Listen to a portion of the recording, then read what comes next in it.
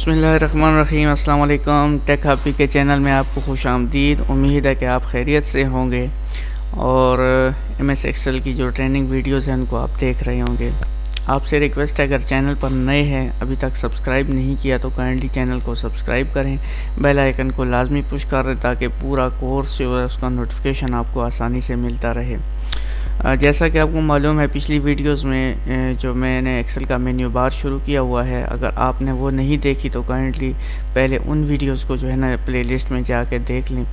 और आज की जो वीडियो है इसमें हम मेन्यू बार में से ही फार्मूला के अंदर जो डिफाइन नेम मैनेजर और यूज़ इन फार्मूला का ऑप्शन है, इसके बारे में हम डिस्कशन करेंगे। तो उसके लिए ज़रूरी है कि आप MS एक्सेल में पहले जिस तरह मैंने टेबल बनाया हुआ है इसी तरह आप एक्सेल की वर्कशीट में जो है एक आप टेबल बना लें। उसके लिए आप एक सेल में लिख लें item name, mouse, keyboard, LCD, RAM वगैरह डिफरेंट आइटम के नेम्स लिख लें। डे 1, डे 2 और डे 3 लिख के फिर कुछ इसमें डेटा इंटर कर लें। अब इसका यूज़ हम कैसे करेंगे? सबसे पहले तो मैं यहाँ पर कुछ मैंने सम, एवरेज और मैक्सिमम, मिनिमम और काउंट के फार्मूले लगा रहा हूँ मैं इस पर। तो उसका और नेम डिफाइन का कंपैरिजन करूँगा ताकि आपको इससे सही पता चले। अब फॉर एग्जांपल ये डे 1, जैसे ये डे 1 के अंदर जितनी भी एंट्रीज हुई हैं, मैं फॉर एग्जांपल इनका सम करना चाहता हूँ, तो मैं सिंपली यहाँ से सम का फार्मूला लगाऊंगा जो हम ऑलरेडी वीडियोस में सीख चुके हैं।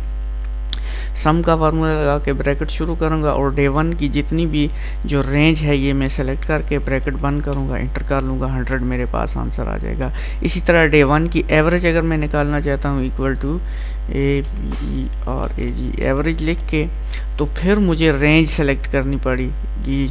ये आप देख रहे हैं कि मुझे बार बार रेंज सेलेक्ट करनी पड़ रही है। अब मुझे मैक्सिमम निकालना है, मैक्सिमम, फिर मुझे रेंज सेलेक्ट करनी पड़ रही है, फिर मिनिमम के लिए दोबारा रेंज सेलेक्ट करनी पड़ रही है। तो आप देख रहे हैं कि मैं बार बार रेंज सेलेक्ट कर रहा हूँ।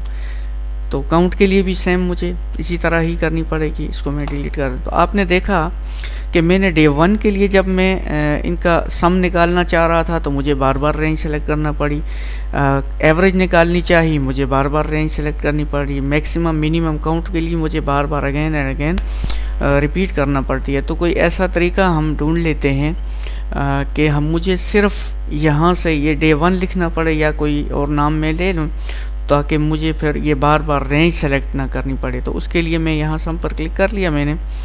तो मैं अभी डिफाइन नेम की तरफ जाता हूँ जो हमारे आज का टॉपिक भी है क्लास का। सबसे पहले आपने ये पूरे का पूरा डे 1 से लेकर ये सारी रेंज सेलेक्ट करनी है, यानी डे 1 से लेकर ये 21 तक मैंने कुछ एंट्रीज की हुई हैं। आप ज़्यादा भी कर सकते हैं। इसको मैंने सेलेक्ट किया। सेलेक्ट करने के बाद मैं फार्मूलाज में आया। फार्मूला में आने के बाद मैं डिफाइन नेम पे चला गया। डिफाइन नेम पे जो ही मैंने क्लिक किया तो मेरे पास एक छोटा सा बॉक्स, डायलॉग बॉक्स ओपन हो गया। देखें इसमें नेम का, स्कोप का और कमेंट्स का ऑप्शन है।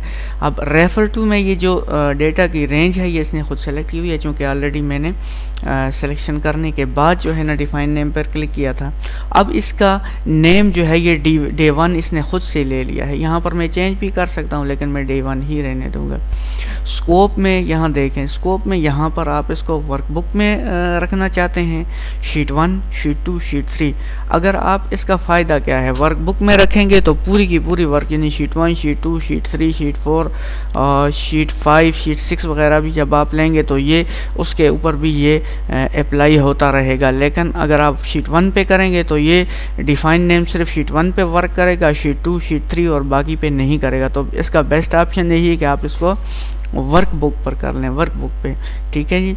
और नीचे कमेंट्स में आप जो है ना फॉर एग्जांपल कोई भी कमेंट दे सकते हैं। फॉर एग्जांपल मैं लिख सकता हूँ यहाँ पर डे 1, या फॉर एग्जांपल डे 1 में कॉमा लगा के कोई डेट डाल लेता हूँ। फॉर एग्जांपल मैं डाल लेता हूँ 23 मार्च 2021 फॉर एग्जांपल मैं लिख देता हूँ और इसको ओके कर देता हूँ। यानी डे 1 से मुराद ये है। अब डे 2 के लिए और डे 3 के लिए मैं नहीं बनाता हूँ, लेकिन मैं डे 1 के लिए अभी इसको आपको चेक करवाता हूँ कि कैसे ये वर्क कर रहा है। अब देखें सम वापस में आ गया, इज इक्वल टू सम का फार्मूला मैंने लगाया। अब क्या मैं वाकई ही वो दोबारा रेंज सेलेक्ट करूँगा? नहीं जी, मुझे रेंज सेलेक्ट करने की अब ज़रूरत नहीं है। जस्ट मैं यहाँ पर चला जाऊँगा फार्मूलाज के अंदर, यूज़ इन फार्मूला में ये देखें डे 1 के लिहाज से सिर्फ मैं इसको डे 1 को सेलेक्ट करूँगा और ब्रैकेट बंद करने के बाद एंटर करूँगा। देखें डे 1 का जो कॉलम है इसमें जितने भी आइटम्स हैं उनका सम मेरे पास आ गया। अब मैं average equals to AVERAGE average bracket शुरू। क्या मैं दोबारा रेंज सेलेक्ट करूँगा? नहीं जी, मुझे सेलेक्ट करने की ज़रूरत नहीं है। मैं यहाँ यूज़ इन से फार्मूला से जाके इसको क्लिक करूँगा और ओके करके एंटर कर दूँगा। क्या मुझे मैक्सिमम के लिए भी ये काम आएगा? जी बिल्कुल, इक्वल्स टू मैक्सिमम, और रेंज सेलेक्ट करने की आप ज़रूरत नहीं है। Use in formula that is day 1 और इसको क्लिक करने के बाद एंटर, सॉरी ये फार्मूला थोड़ा गलत हुआ है, अब एंटर कर लें। मिनिमम के लिए equals to MIN minimum bracket शुरू कर लें। रेंज सेलेक्ट करने की ज़रूरत नहीं है, आपने डे 1 पे क्लिक किया, इसको ब्रैकेट बंद करके एंटर कर लिया। अब काउंट, इनका काउंट कितना है, ये क्या कितने आइटम्स हैं? 1 2 3 4 5 6 7 8 आइटम्स हैं, तो इनका काउंट 8 आना चाहिए। इक्वल्स टू काउंट ब्रैकेट शुरू। अब यहाँ से फिर डे 1 ब्रैकेट बंद और इंटर कर लिया। देखें जी डे 1 पे हमने इसकी नेम डिफाइन के ज़रिए रेंज हमने सेलेक्ट कर ली और उस पे हमने फार्मूले बारी बारी अप्लाई कर लिए। अब इसको मैं इरेज करके मैं डे 2 को सेलेक्ट करता हूँ। डे 2 को मैंने सेलेक्ट करने के बाद नेम डिफाइन पे क्लिक किया, डिफाइन नेम। अब डे 2 आ गया। डे 2 से मुराद फॉर एग्जांपल 22 3rd 21 इवनिंग, ये फॉर एग्जांपल मैं वो मॉर्निंग कर लें आप उसको, इसको इवनिंग कर लें, इसको ओके कर लें। अब यहाँ पर दोबारा देखें डे 2 का निकालना चाह रहा हूँ मैं सम, तो इक्वल्स टू SUM लगा दिया, ब्रैकेट शुरू। अब मुझे डे 2 की रेंज सेलेक्ट करने की ज़रूरत नहीं, जस्ट मैं जाऊँगा यूज़ इन फार्मूला से डे 2 में यहाँ से सेलेक्ट करूँगा, इसको ब्रैकेट बंद करके इंटर कर लूँगा।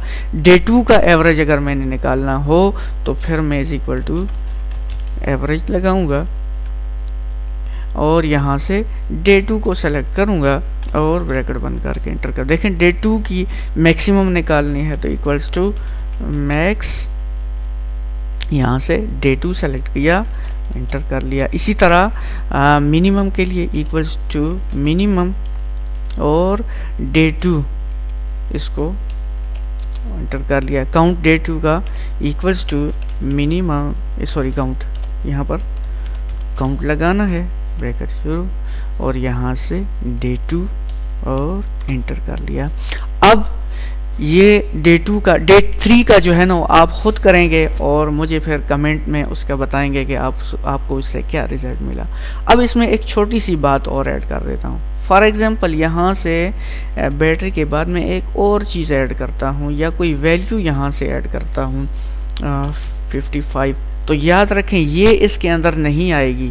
55 या 60, ये जो दो रेंज आपने नेक्स्ट ऐड की हैं ये इसके अंदर नहीं आएंगी। उसकी वजह क्योंकि हमारी रेंज तो यहाँ तक है। उसके लिए आपको दोबारा इसमें एडिटिंग करनी पड़ेगी। वहाँ आप जाएंगे नेम मैनेजर में, नेम मैनेजर फॉर एग्जांपल ये डे 1 में है, डे 1 में जाके इसको एडिट पे क्लिक करेंगे। एडिट पे क्लिक करने के बाद यहाँ से इसकी रेंज जो है ये अब आपने दोबारा 60 तक सेलेक्ट कर लेना है, इसको ओके करना है, ओके कर लेंगे और इसको क्लोज कर लेंगे। अब फॉर एग्जांपल देखें ये मैं इस पे जा रहा हूँ, दोबारा अगर डे 1 पे सम लगाता हूँ तो उसका चेंज आया कि नहीं, इज इक्वल टू सम और यहाँ से डे 1 ये एग्जैक्टली चेंज आ चुका है। आप देखें यहाँ से ये इसने एक इजाफी ले लिया है तो 215। आप इसको जो है ना सेम डे 2 पे भी अगर आपने कोई नेक्स्ट एंट्री करनी हुई वो भी आप कर सकते हैं, डे 3 पर भी कर सकते हैं। तो ये उम्मीद करता हूँ कि आपको वीडियो पसंद आई होगी।